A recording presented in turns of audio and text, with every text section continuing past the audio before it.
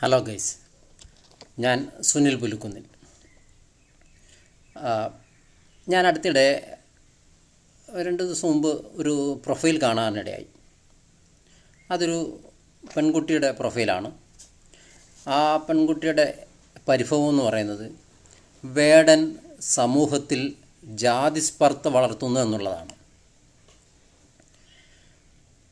അതിലെ ഏറ്റവും വലിയ രസമെന്ന് വെച്ചാൽ ഈ മഹദിയുടെ പേരിൻ്റെ കൂട്ടത്തിൽ ജാതി പേര് എഴുതിയിട്ടുണ്ട്. അതാണ് ഏറ്റവും വലിയ രസം. എന്നുവെച്ചാൽ നെറ്റിയിൽ ജാതി എഴുതി ഒട്ടിക്കുകയും അതുകൊണ്ട് ഉണ്ണുകയും ഉറങ്ങുകയും എഴുന്നേൽക്കുകയും സർവമാന കാര്യങ്ങളും ചെയ്യുകയും ചെയ്തിട്ടാണ് ഈ മഹദി ഇതുപോലുള്ള മഹാന്മാരും ഈ ജാതീയതയ്ക്കെതിരെ സംസാരിക്കുന്നത്. ഈ സമൂഹത്തിൽ ജാതി ഇല്ല എന്ന് പറഞ്ഞ് സംസാരിക്കുന്നത് എന്ത് വിരോധാഭാസമാണ്?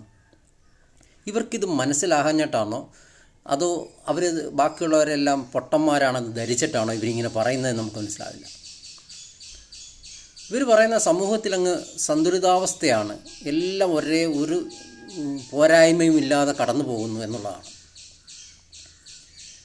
നമ്മളെന്തിന് ഒരു TV തുറന്നാൽ തന്നെ 5 മിനിറ്റ് പ്രത്യേകം ഒരേ ജാതിയുടെ മാട്രിമോണിയൽ കണ്ടുകൊണ്ടിരിക്കുന്ന ഈ ലോകത്ത് ആണ് നമ്മളൊക്കെ ജീവിക്കുന്നതെന്നുള്ള ചിന്ത പോലും ഇല്ലാതാണ് ഇവരിങ്ങനെ വിളിച്ചു പറയുന്നത്. വേടൻ ഇങ്ങനെ ഈ സമൂഹത്തിൻ്റെ അരക്ഷിതാവസ്ഥയെക്കുറിച്ച് സംസാരിക്കുന്നുവെന്ന്. ഇവരെന്ത് സന്തുലിതാവസ്ഥയാണ് കാണുന്നത്? ഇന്ന് സമൂഹത്തിൽ എവിടെയാണ് ഈ സന്തുലിതാവസ്ഥ?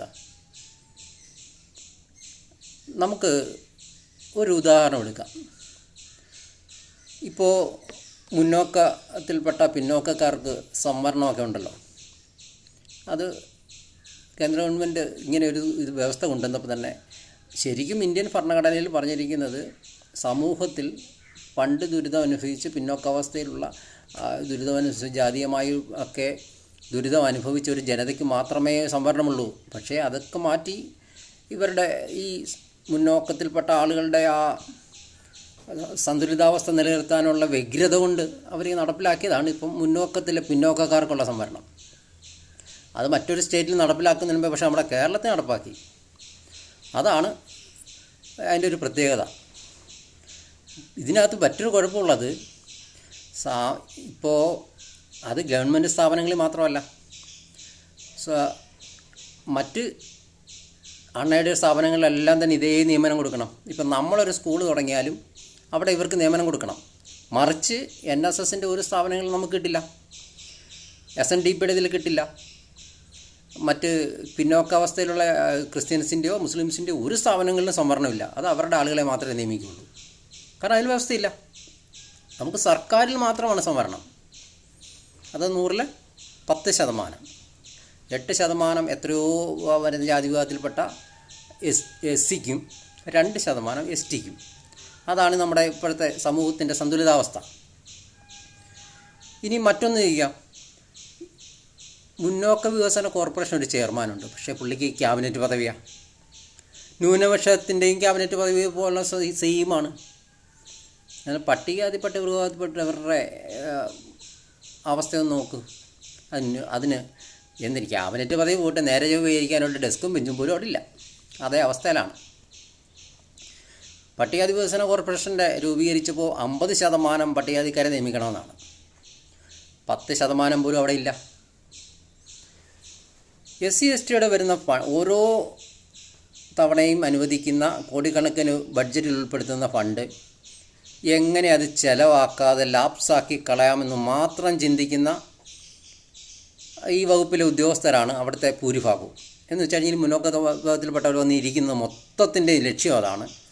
ഈ ഫണ്ട് ചിലവാക്കാതിരുന്നാൽ സർക്കാർ എടുത്ത് വക മാറ്റി മറ്റുള്ളതിന് ഉപയോഗിക്കും. കാരണം ബഡ്ജറ്റ് അവതരിപ്പിക്കുമ്പോൾ കോടിക്കണക്കിന് രൂപയുടെ ഫണ്ട് SC/STക്ക് വേണ്ടി മാറ്റി വെക്കുന്നുണ്ട്. എന്നാൽ ചിലവാക്കുന്നത് എത്രയാണ് നിന്നവരെ ആരും പറഞ്ഞിട്ടില്ല. ഇതാണ് സമൂഹത്തിൻ്റെ മെയിൻ ഒരു സന്തുലിതാവസ്ഥ. ഇനി മറിച്ച് ഒരു പ്രശ്നങ്ങളുണ്ടാകുമ്പോൾ നിങ്ങളൊന്ന് പൊതുവേ ഒന്ന് ചിന്തിക്കണം. അതിൽ ഈ സമൂഹത്തിലെ ഈ അരക്ഷിതാവസ്ഥയിൽ കിടക്കുന്ന ജനങ്ങളുടെ ഒരു വിഷയമാണെങ്കിൽ അത് പത്രങ്ങളും മറ്റ് മീഡിയകളിലും അവതരിപ്പിക്കുന്ന രീതിയും, മറിച്ച് ഈ മുന്നോക്കക്കാരെന്ന് അവകാശപ്പെടുന്നവരുടെ ഒരു വിഷയം അവതരിപ്പിക്കുന്ന രീതിയും തന്നെ നമുക്കത് കണ്ടാൽ മനസ്സിലാകും അതിൻ്റെ വ്യത്യാസം. ഇവർക്കത് കണ്ടാൽ മനസ്സിലായില്ലെങ്കിലും 1986 പട്ടികജാതി പട്ടികവർഗക്കാരുടെ വാർഷിക പരിധിയിലാണ് ഇപ്പോഴും ഈ 2025 സർക്കാർ ഓടുന്നത്.